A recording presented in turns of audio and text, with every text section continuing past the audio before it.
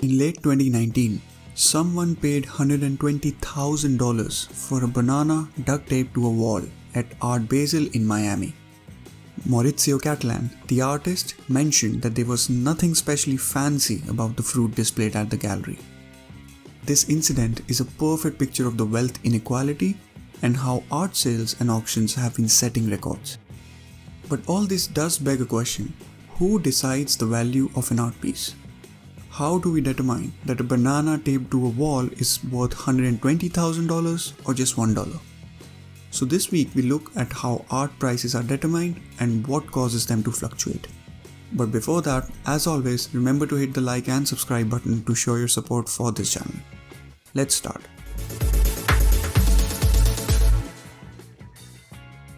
Compared to commodities or stocks, it is difficult to calculate the true value of art. Why?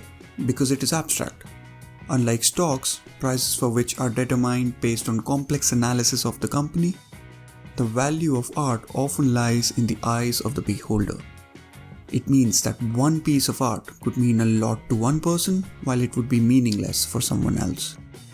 Let's take this piece of work. What is the first thought that comes to mind when you look at this painting? Probably nothing.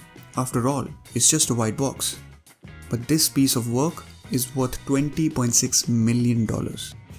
So what makes one painting worth a few $100s while others worth millions? The answer is not as straightforward as you might like.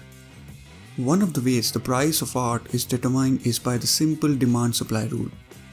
A Picasso painting is rare and a short supply drives up the price. On the other hand, a newer, lesser known artist who can paint more than one pieces of the same art is worth much less. So sales in the high-end art market comes from a select group of influential artists whose work cannot be replicated and is considered scarce. Some of the most costly pieces of art sold in recent years were creations of artists who are not alive. Even in contemporary art, which is the modern form of historical practices of art, about half of all sales belong to only 25 artists. The other prominent way an art piece is valued is the reputation of an artist. Picasso's paintings are costly not just because they are in short supply, but also because it's a Picasso. It is similar to any luxury brand. A Rolex watch is expensive because it comes with the authenticity and heritage of a Rolex. In sports as well, only a few professional players who are dependable, in good form and talented are paid the top price, while many other professional players struggle to reach that position. Another variable in art pricing is size.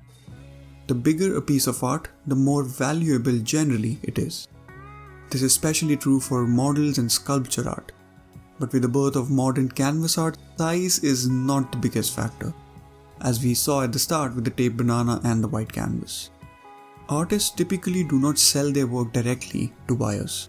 There are private art dealers or galleries that display their work for a fee.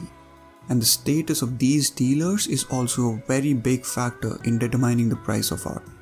Dealers can use selective information from the seller to attract best suited buyers. And a reputed dealer can also use their power and influence to get multiple returns for a considerably new artist. Think of it this way: a smaller, lesser known company's stock can exponentially rise if Warren Buffett, one of the best investors in the world, endorses it as a buy. The recent Dogecoin hike in the cryptocurrency space based on Elon Musk's tweets is also a good example of the power of a middleman or a dealer in pricing a piece of an art. The influence of these factors can be seen if we look at the art market itself. The global market in 2020 was valued at over $50 billion, with more than 80% of it coming from US, UK and China. Over the past years, only 1% of the number of transactions accounted for more than 60% of the value of this market.